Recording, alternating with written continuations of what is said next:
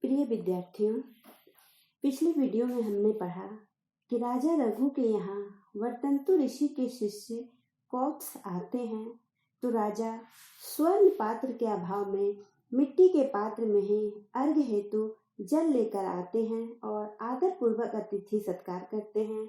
फिर उनका कुशल मंगल पूछते हुए हाथ जोड़कर बोलते हैं। वे क्या बोलते हैं, चलिए देखते हैं इस वीडियो में। अप्यग्रणीर्मन्त्रकृतामृषीणां कुशाग्रे बुद्धे कुशली गुरुस्ते यतस्त्वया ज्ञानमाशेषमाप्तं लोकेन चैतन्यमिवोष्णरश्मिः।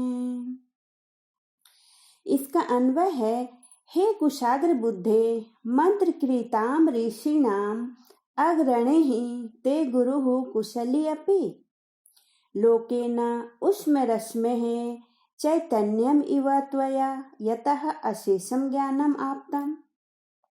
अर्थात, हे कुशाग्र के समान बुद्धि वाले, तुम्हारे गुरु मंत्र करने वाले ऋषियों में मुख्य कुशल पूर्वक हैं, जिनसे तुमने लोक में तप्त किरणों वाले सूर्य से चैतन्यता के समान पूर्ण ज्ञान पाया है। यहाँ पर हमारी भारतीय संस्कृति को दिखाया गया है।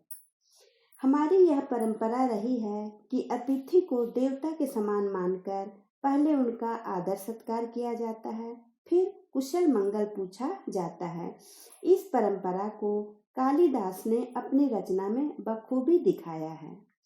राजा पहले अतिथि सत्कार करते हैं, फिर हाथ जोड़कर उनका कुशल मंगल पूछते हुए बोलते हैं, हे कुशाग्र बुद्धि वाले कौत्स, जिस गुरु से तुमने अशेषम यानी कुछ भी शेष नहीं बचने वाला अर्थात संपूर्ण ज्ञान प्राप्त किया है, वे गुरु कुशल मंगल तो हैं।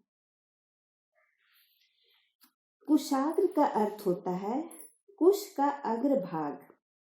कुश एक तरह की घास होती है जिसका आगे का हिस्सा बहुत ही नुकीला होता है और जो यज्ञ आदि में उपयोग किया जाता है। तो कौत्स को राजा ने उसी कुशाग्र के समान तेज बुद्धि वाला कहा है। आगे वे क्या कहते हैं, चलिए देखते हैं।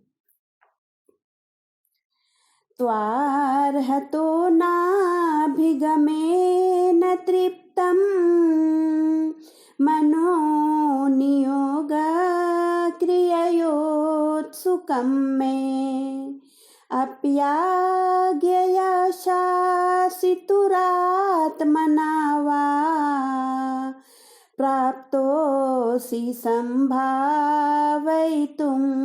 वनान् माम्। अन्वय है, मे मनः अर्हतः तवा अभिगमेन तृप्तं न नियोग क्रियया उत्सुकम् अपि शासितः आज्ञया वा आत्मना माम संभावयितुं वनात् प्राप्तः असि। अर्थात, मेरा मन पूजनीय आपके आगमन से तृप्त नहीं होता, किंतु आज्ञा पाने में उत्कंठित है। क्या आप गुरु की आज्ञा से या स्वयं ही वन से मुझे कृतार्थ करने के लिए आए हैं? यहाँ पर राजा का मन यह जानने के लिए उत्कंठित है कि अतिथि के आने का कारण क्या है।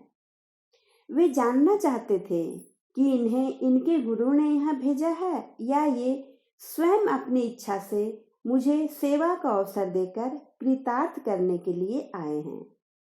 यही सोचकर वे कौत्स से इस प्रकार पूछते हैं। आगे वे क्या पूछते हैं, चलिए अगले श्लोक में देखते हैं। इत्यर्घ्यपात्रानुमिता व्ययस्या रघोरुदारामपि गां निशम्य स्वार्थोपपत्तिं प्रति दुर्बलाशास्तमित्यावोचत् वर्तन्तु शिष्यः। अन्वय है वर्तन्तु शिष्यः कौत्सः अर्घ्यपात्रानुमिता व्ययस्य रघोः इति उदारामपि गां निशम्य स्वार्थोपपत्तिं प्रति दुर्बलाशः तम इति अवोचत्। अर्थात वर्तन्तु का शिष्य अर्घ्य पात्र से ही निर्धनता का अनुमान कराने वाले रघु की ऐसी उदार वाणी सुनकर अपनी अर्थ प्राप्ति में निराश होकर इस प्रकार रघु से बोले। यहाँ पर कहने का तात्पर्य है कि कौत्स तो गुरु दक्षिणा हेतु 14 करोड़ स्वर्ण मुद्राओं की मांग करने राजा रघु के पास आए थे, लेकिन राजा के हाथ में अर्घ हेतु मिट्टी का पात्र देखकर वे उनकी निर्धनता का अनुमान लगा लेते हैं। सोने चांदी के बर्तनों में भोजन करने वाले अर्घ हेतु भला मिट्टी के पात्र क्यों उपयोग करेंगे? निश्चित रूप से अब इनके पास कुछ भी नहीं बचा है, तभी तो सोने की जगह मिट्टी के पात्र का उपयोग कर रहे हैं। वे मन ही मन यह सोचकर निराश हो जाते हैं कि गुरु दक्षिणा की राशि का मिलना अब यहाँ से संभव नहीं है। फिर भी राजा की शिष्टाचार युक्त एवं विनम्रतापूर्ण बातें सुनकर वे कहते हैं, सर्वत्र नो वार्तामवेहि राजन् नाथे कुतस्त्वयशुभं प्रजानां सूर्ये तपत्यावरणाय दृष्टेः कल्पेतलोकस्य कथं तमिस्रा। अन्वय है राजन नहा सर्वत्र वार्तम अवेहि त्वयि नाथे प्रजानाम अशुभम कुतः सूर्ये तपति लोकस्य दृष्टेः आवरणाय तमिस्रा कथम कल्पेत।